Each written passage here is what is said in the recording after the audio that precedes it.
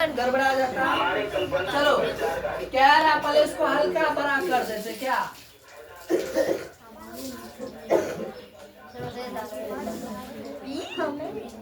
चलो हल्ला नहीं करना है, बस सुनना है, समझना, याद करवा रहे तुम लोग को। यदि पहले तो जान लो ये किससे रिलेटेड है, किधर गया ये पहले जान लो। अभी जो जस्ट तुम लोग को हम बोले थे हानि, क्या बोले थे, हानि और लाभ से ये रिलेटेड है। किससे रिलेटेड है, लाभ से। हानि और लाभ से क्या है, रिलेटेड। क्या जी बता तो ऑब्जेक्टिव है, यानी ऑब्जेक्टिव जो अभी तुम लोग का तैयार किए हैं वो किससे रिलेटेड है, लाभ और हानि। जस्ट जो तुम लोग लिखा है, क्या लिखा बताओ, फॉर्मूला लिखा ना। इस फॉर्मूला को तुम लोग अपने अपने कॉपी में आगे निकाल के रखो, यह भी काम आने वाला है। ठीक, तो शुरू करें। तुम लोग रेडी हो? ज्यादा हल्ला नहीं करना है, बस सुनना है, समझना है, जितना पूछे उतना बोलना है। ज्यादा कोई एक्स्ट्रा बोलेगा तो फिर बहुत मानेंगे। मार नहीं खाना है, करीब 1 महीना से तो नहीं है मारते हैं, इसलिए अच्छा बनो ताकि मार नहीं खाए। चलो यहाँ कह रहा है यदि विक्रय मूल्य लागत मूल्य से अधिक होता है। देखो पढ़ो, विक्रय मूल्य लागत से अधिक होता है। जैसे ये मेरा बोर्ड ले लो, ये बोर्ड माना कि 1.5 लाख का है। कितना लाख का है जी, 1.5 लाख का है।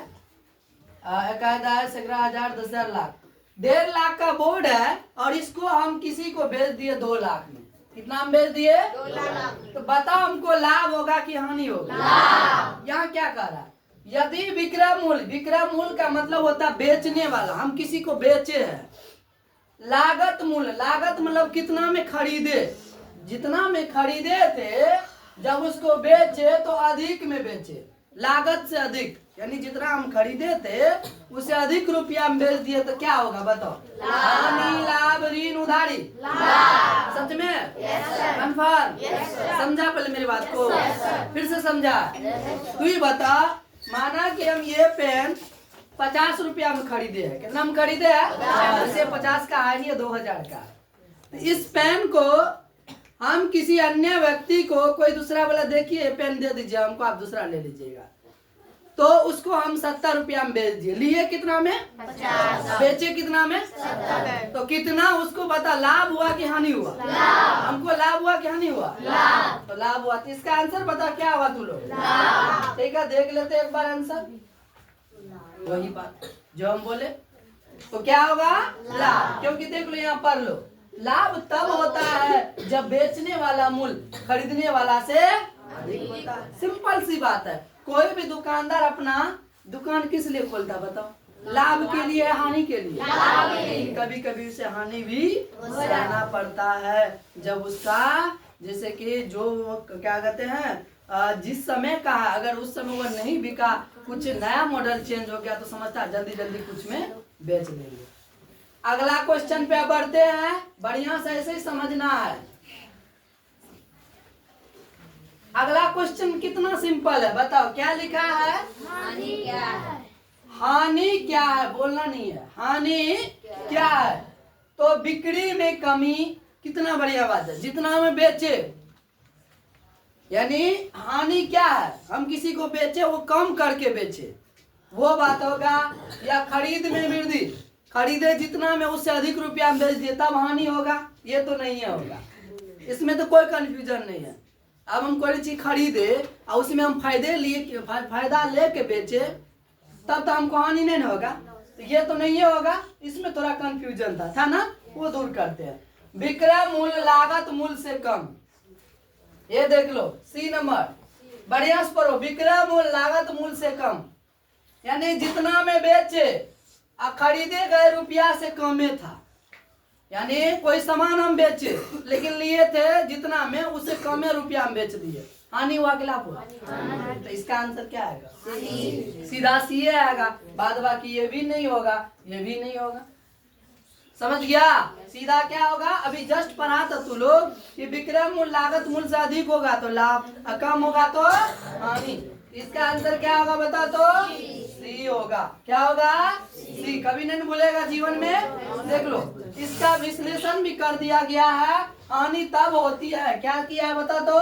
हानि तब होती है जब विक्रय मूल्य लागत मूल्य से कम होता है। अभी जस्ट हम बोले थे ना, अरे तू ही लोग कोई चीज खरीदा, कहीं से लाया खरीद के, तुमने गांव में किसी अन्य दोस्त को पसंद आ गया, वो कहेगा एक काम करो, नहीं बेच न दो। बहुत जिद किया तो उसको बेच दिया ज्यादा रुपया।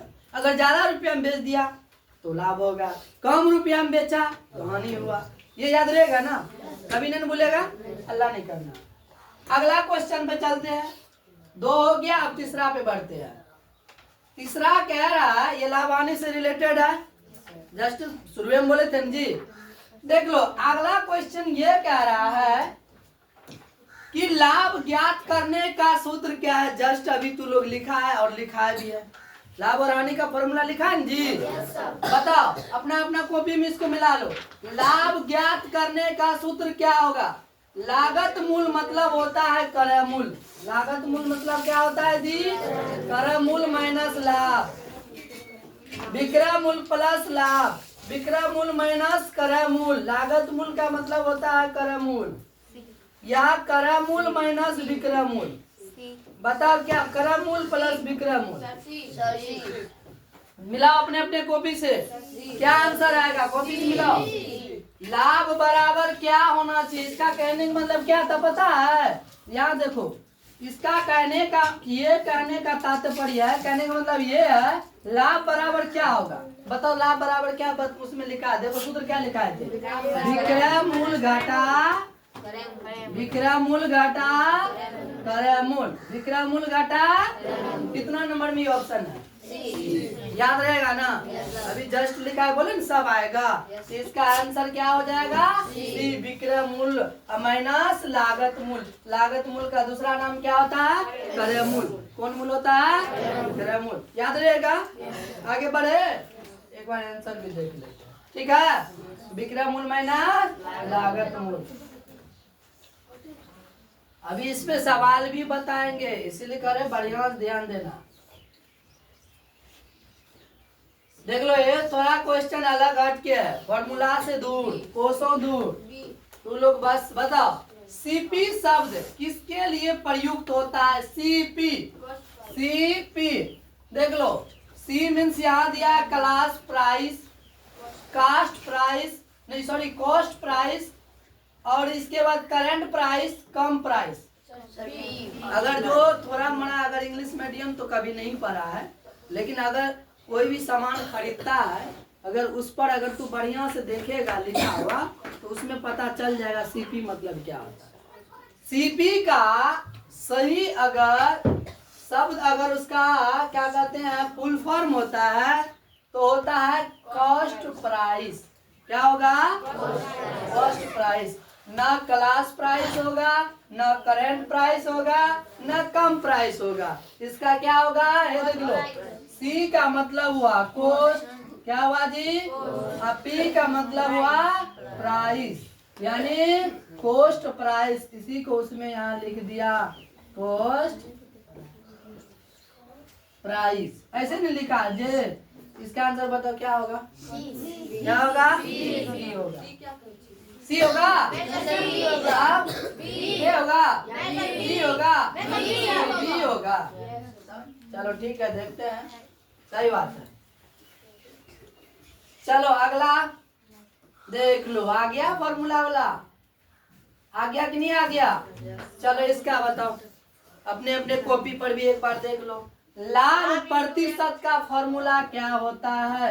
यानी अपने कॉपी में देखो, लाभ प्रतिशत बराबर क्या होता है? लाभ प्रतिशत बराबर क्या होता है बताओ? लाभ देखो, इसको हम यहाँ समझाते कैसे लिखा है। इसको लिखा है लाभ बटे विक्रय मूल, लाभ बटे विक्रय मूल गुना 100। देखो ये होगा? नहीं होगा? चलो अगला, इसको भी हम समझाते हैं। लाभ बटे लागत यानी क्रय मूल, लागत में क्या होता है? गुना 100। ये होगा? नहीं होगा? चलो हम एक बार मार के देखते हैं, आगे तब देख रहे हैं।